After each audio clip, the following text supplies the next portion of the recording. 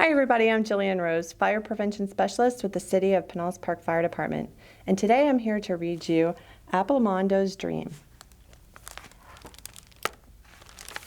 Once there was a very drab village, so drab in fact that the road leading to it was overgrown from the lack of visitors and interest. There wasn't much to do there, especially for a little boy named Appelemando, a boy who loved to dream. For him, dreams were magic chariots pulled through his mind by galloping hues of color.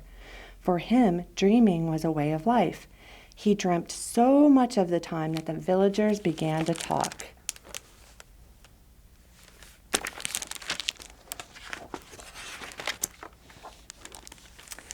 "There goes that slow Appelemando," they called after him. "He never will amount to so much. He never does anything useful. He dreams the day away."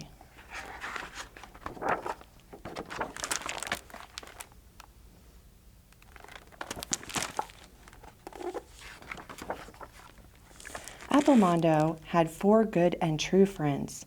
"Don't listen to them," Geoffrey Fury said quietly. "What do they know?" Lark Appleston snapped. Petra and Dorma Opshoe cooed. "Besides, they don't know our secret, do they?" It's certainly true. The 5 shared a very special secret indeed.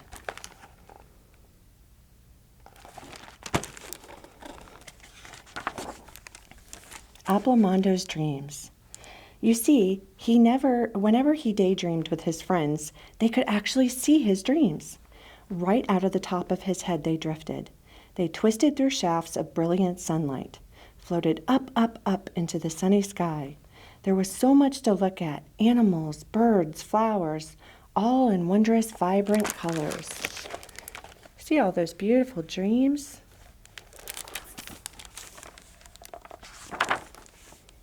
Appelemando enjoyed dreaming just for them. He did big dreams. He did tall dreams. He did little dreams. He did middle dreams.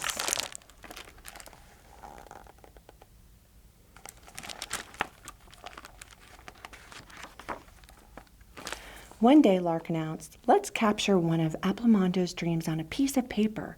Then we could look at it even when Appelemando isn't around." The children tried and tried to get the dreams to stay, but each time the dreams drifted off and disappeared. Then Petra and Dorma covered a piece of paper with water from the well they had been playing in, and at that very instant a dream floated up from Appelemando's head, and Lark and Jeffto pushed the paper in front of it. It held fast. "Hooray!" they exclaimed for joy. "Now we can keep his dreams forever."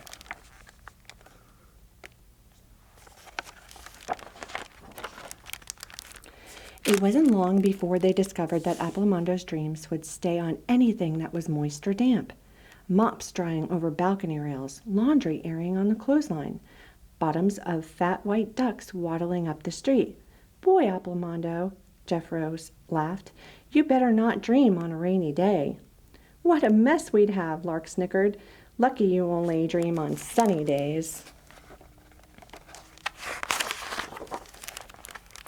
Then one day when Appelemando had begun to dream, the sun suddenly hid gray storm clouds. The wind blustered. The rain dropped from the clouds above them. "Oh no," Lark squeaked. "What are we going to do?" "Appelemando don't dream no anymore," Jeffto ordered. "You just can't," Petra and Dorma said as they were pelted with wet raindrops. Lark clapped Appelemando's hat right onto his head, but it was no use. The dream had already drifted up and was floating towards the buildings of the town.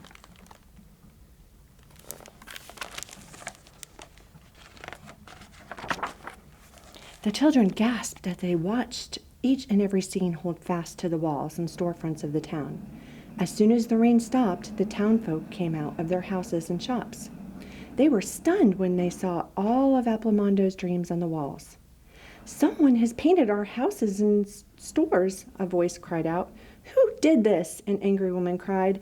"I'll find who's responsible for this prank," said the mayor, as he saw that the crowd had gathered. Then his eyes fell on the children. They were covered with Appelemando's dreams. "You!" the mayor shouted and started towards them. "What have you children done?"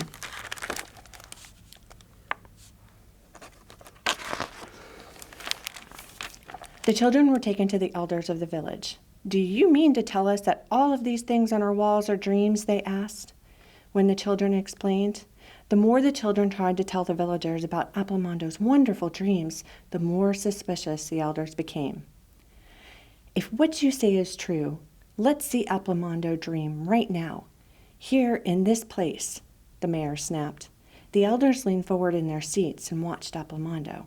But the harder Appelemando tried to dream, the more impossible it became. Nothing at all would come into his mind. Jeffto, Lark, Petra, and Dorma all stared at the air above Appelemando's head, waiting and waiting, but nothing appeared. "I knew they were lying," a villager said. "You should be ashamed of yourselves. Such a ridiculous story," one elder said. "Let them scrub the walls," a voice rang out. "Fit punishment for painting our village without our permission."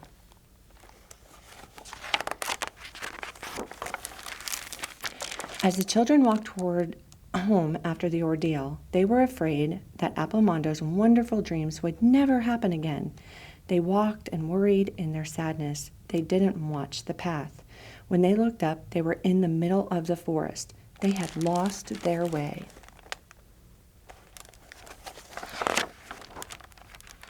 As hours passed, the children's families became more and more alarmed. They alerted all the people in the village, who sent out search parties to look for the children. "Where could they be?" they all pondered. "Our people will never find us here," Petra and Dorma cried. "They won't even know where to look," Jeffro said sadly. "If only we could signal them somehow," Lark said thoughtfully. Then all of the children looked at Appelemando. "You can help, Appelemando," Lark announced. "If you dream a big dream and big and bright enough, it'll rise above the trees. People in the village will see it and they'll know we're here." "Yay!" they all cheered. But Appelemando was quiet. "I can't dream anymore," he cried. "You have to," they said. "You must." All Appelemando could think of were the bitter words of the elders, the people who didn't believe in him. And try as he might, nothing would appear in his mind. There was no dream. But he looked in the eyes of his friends. In Lark's eyes, there was certainty. In Jeff's eyes, steady sureness.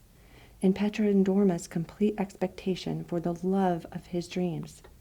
Then he closed his eyes and began to see.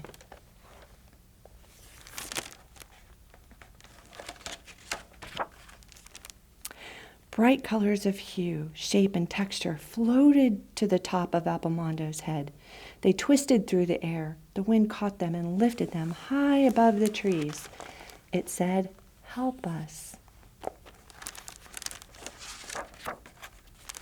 Sure enough, the villagers saw the dream just above the forest where the children were.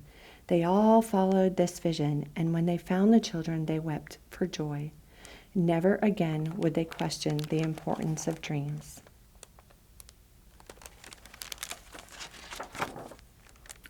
Now the village is no longer a drab place.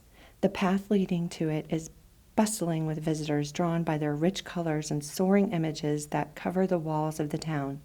Colorful scenes that the townsfolk are very proud of indeed. It's a dreamy place, a wonderful place. An old man sits by the fountain in the square, an old man who loves to dream. For him, dreams are magic chariots pulled through his mind by galloping hues of color. For him, dreaming is his life. The end. Thank you very much for listening to Appelemando's Dreams by Patricia Polacco. Take care, guys, and stay safe.